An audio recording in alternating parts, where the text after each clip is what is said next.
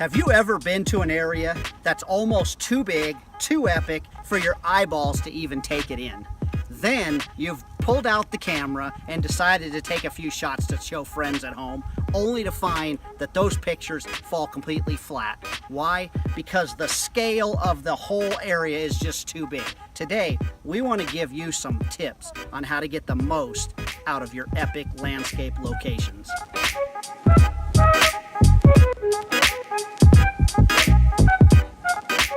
So one of the things we want to share with you today is the Sunny 16 rule. Now, if you've been watching the show, you know we've talked about it a lot of times. We're out here on a very bright sunny day.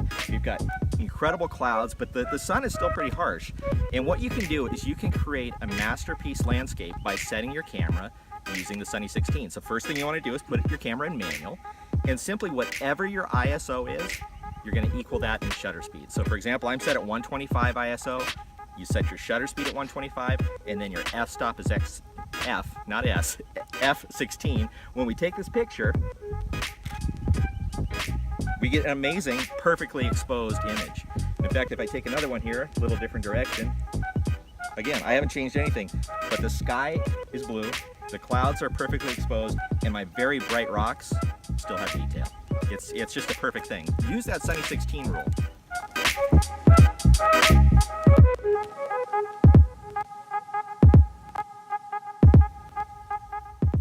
Oh, no, I'm not really sleeping. So why am I on the ground? When you want to take an epic landscape picture, sometimes it means you have to change your perspective. That means getting on the ground and getting dirty. I saw this incredible mud puddle when I was coming down the hill over there. The first thing I thought was, look at that slot. And how about if I got down really low? Now this is important. A lot of people I see get down really low, and they take a picture up here. I'm talking, get that lens all the way into that water to where you're touching the water almost. I'll put my hand under my camera to where my hand just touches the water, and I will fire off a shot and look at that beautiful picture. So change your perspective. Don't be afraid to get down on the ground if you want to create something incredible. So hey Mark, check this out. So this is where you just shot. I actually think I like this shot better. So one of the things to always remember when you're shooting landscapes is turn around, because sometimes the picture in reverse looks even more epic. So I'm just gonna actually hold my camera right down here. Let's see what we come up with. Oh, it just actually reminds me of some of the pictures I've taken in Yosemite Valley. I get the same type of look. Oh, that is pretty incredible. So Mark, come and check this out. I think we can have an epic shoot off right here to see which direction looked better. But I think that's pretty good. So don't forget, turn around and you'll get maybe a totally epic picture. Also, check this out. So a lot of times what I do is I actually see the picture already in black and white. Now I want you to start thinking that way too. So we've got these little pools of water from the latest rainstorm, and again, a pretty bright exposure behind this, but I'm thinking this could make an epic high contrast black and white. So I'm gonna just kneel down here, frame up the shot. And I'm still continuing my Sunny 16 type of rule, and it looks pretty doggone amazing. But I think when I transfer this into black and white, you'll agree that it's a pretty nice shot. So always be thinking that way. Think of, wow, would this contrasty scene look better in color or black and white? Start training your brain, thinking in black and white. You know, sometimes when you're out doing these kind of walks, you just have to just kind of relax and take it all in and enjoy what you're seeing. You know, we've been out here a few hours, right, Mark? And yeah, and we've just pushed really hard to try to find good photos. Here's one of the things I was remembering when I was first learning photography. Remember how excited you were about like taking pictures of places like this? But you would get to them like we are now, middle of the day, and it would frustrate you to death because you're going, I can't find those epic photos. Right.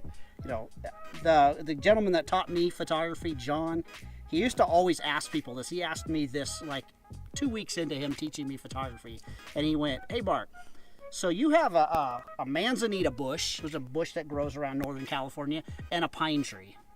How do you make a good photo out of that? And I think I spent 10 minutes going, well, you know, if I use the rule of thirds and I put the pine tree on this side and I got the bush down here, maybe, you know, with the light coming, and he went, stop. Yeah. After I talked, and he went, you know what? It's just a pine tree and a manzanita bush. You're probably never going to make a great photo. So quit sweating it. Go out and have fun. And it's like sometimes just enjoy it.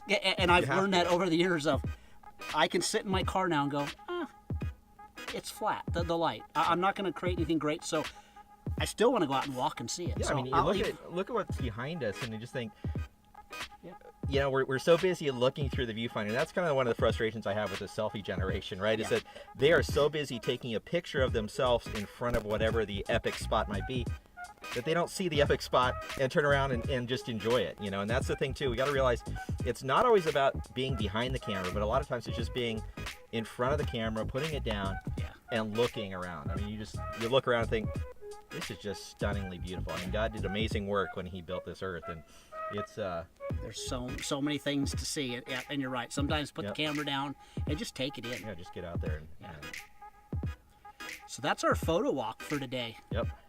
We'd like to hear about your favorite spots around your house that you like to go for photo walks that maybe a lot of people don't know about. This is kind of a cool spot outside of Orrville, California. It's been in the news this year because you've had the flooding and the dam breaking. Big Orrville Dam. Gosh, a half hour outside of Orrville, and you were on top of this giant granite mountain. So in the comments below, tell us what is around your house that you like to go to that maybe people around you don't really know much about. Yeah, so give away your secrets. But here we go. Got a great time on this photo walk. Let's just enjoy the view.